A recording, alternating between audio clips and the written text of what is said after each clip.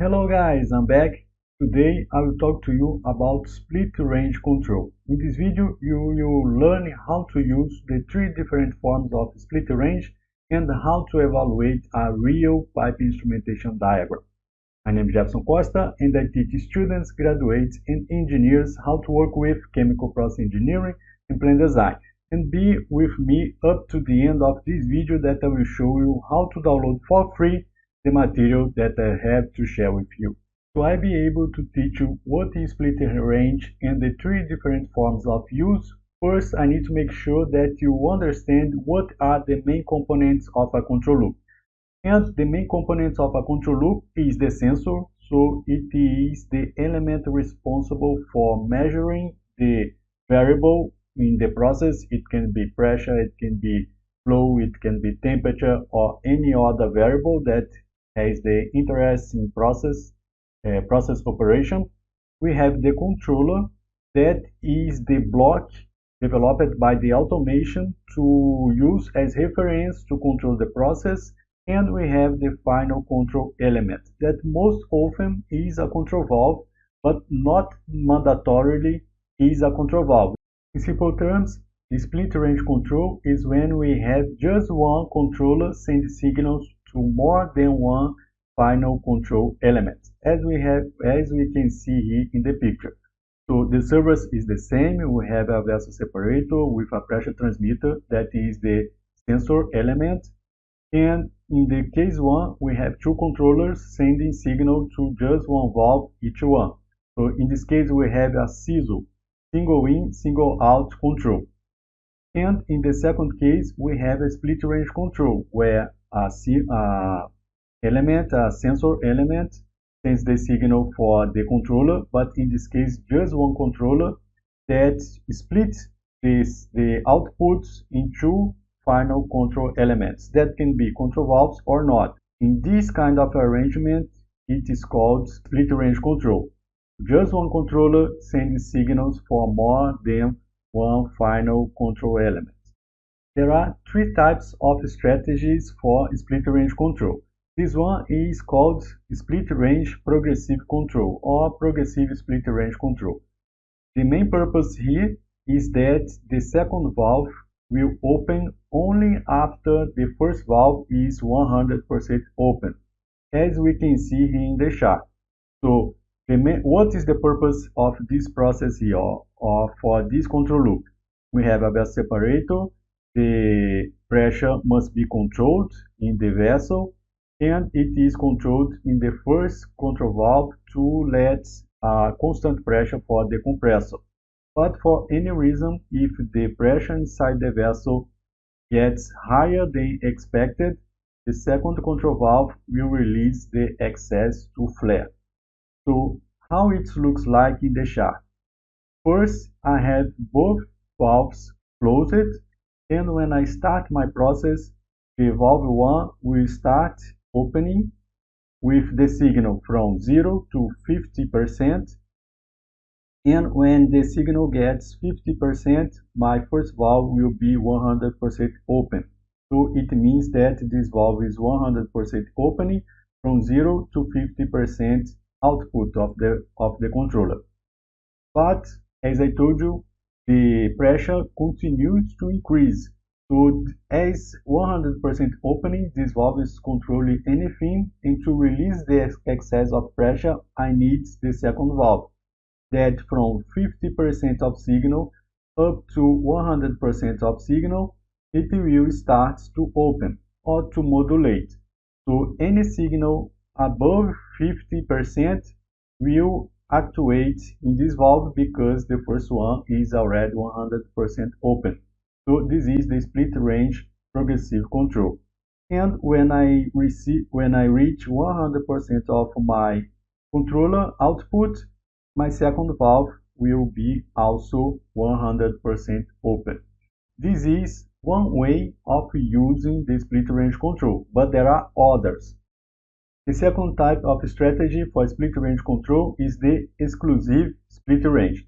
How it looks like? In the end, one final control element completes the other in opposite direction.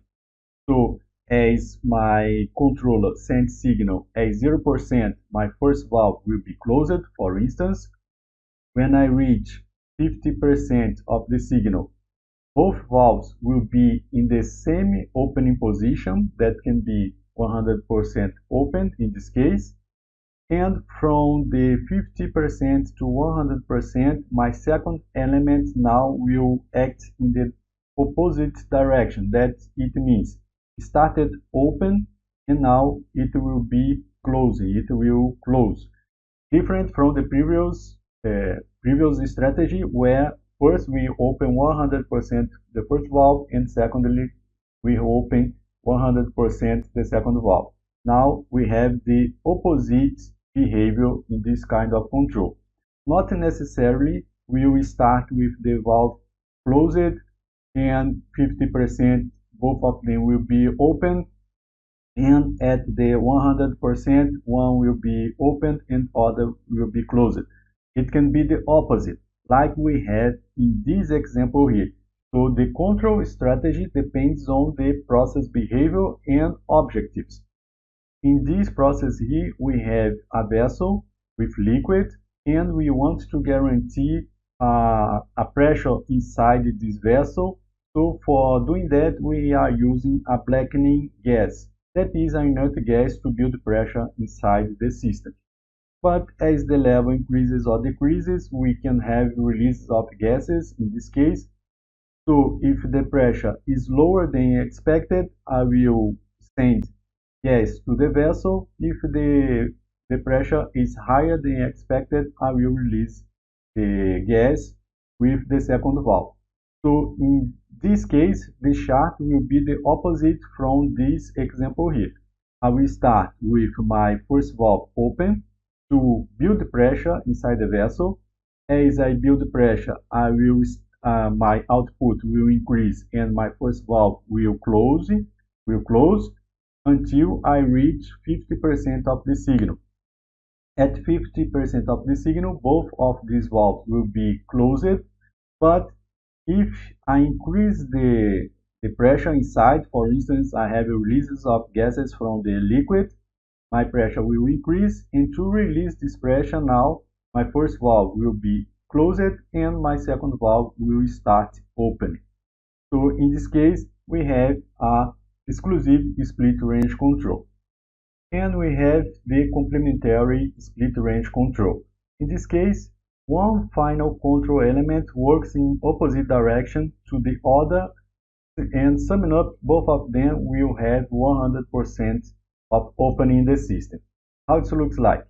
In the 0% controller output, one valve will be closed, the other one will be open. As I increase my output, I will close one valve and open the other one, and in this case at 50%, both of them will be 50% open. When I go to 100%, they will have different, the opposite opening, where the second valve will be 100% closed and the second one the 100% open. Let's verify this process flow diagram to have a clear vision about that. I have my sensor element sending the signal for the controller, and I am interested in controlling the temperature downstream of the heat exchanger. The temperature control is a split range because I have just one controller sending the signal for two different final control elements. So my process here is a hot fluid that I will pass through the heat exchanger, and it will cool down based on the cooling tower supply, cooling tower return, for instance. To keep my control, my temperature control, I have the heat exchanger, but also I have the bypass. If the temperature is too low, I will open the bypass to increase the temperature, because I am using cooling water in this case, so I cooling down my system. So it means that when this one is 100%, this one is 0%. If I need to open this valve here, 20%, the complement will be 80%. Or if I need to open this valve 60%, the complement to this valve will be 40%. So it is how the complementary split range control works.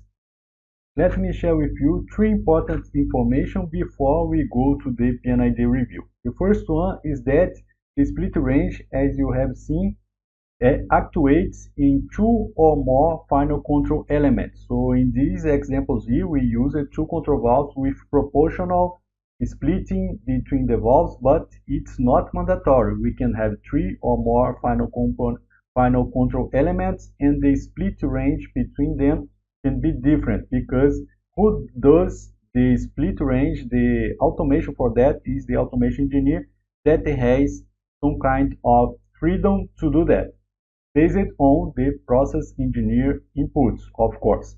The second thing is that you will see in many books that they define the split range using different variables. For instance, the control of the temperature control of a reactor using a control valve for hot water, another control valve for cold water.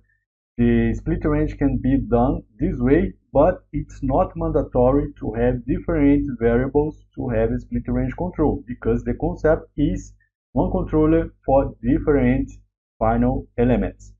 And finally, the split range control is not related to the fail position of the control valve.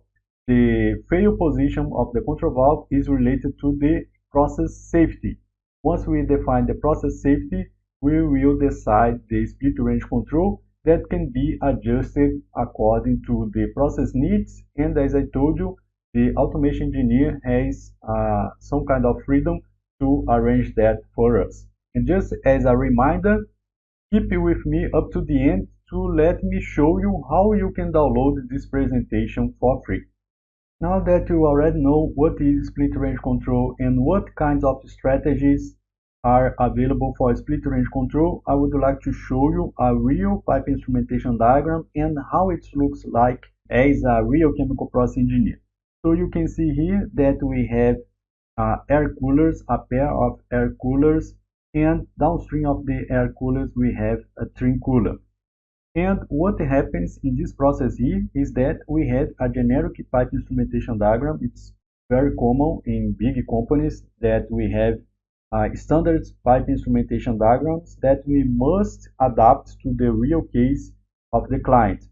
So in this case, the client is located in a very cold region where the trim cooler is not needed because the average ambient temperature is below the requirements of the process. Because of this, we can remove the trim cooler from the process. This is a kind of markup for the PNID where this kind of color here will be understood by the draft department that this must be removed from the process. As I don't have trim coolers, I don't need cooling water return, not cooling water supply, and everything that's associated to that. So in the final version of the PNID, I will not have those components. As I have variation in temperature between the summer and the winter, it was proposed in this case a split range control for the air coolers. So you can see here that I have two sensors elements.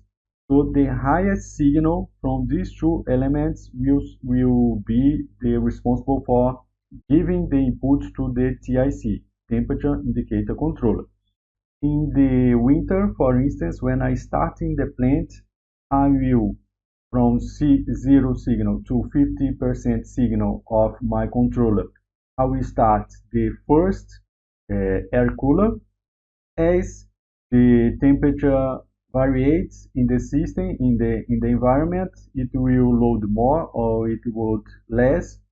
And I expect that during the summer, where the temperature is higher, I will have the output signal of my TIC to control my process higher than 50%. So in this case, the second air cooler will start controlling this system.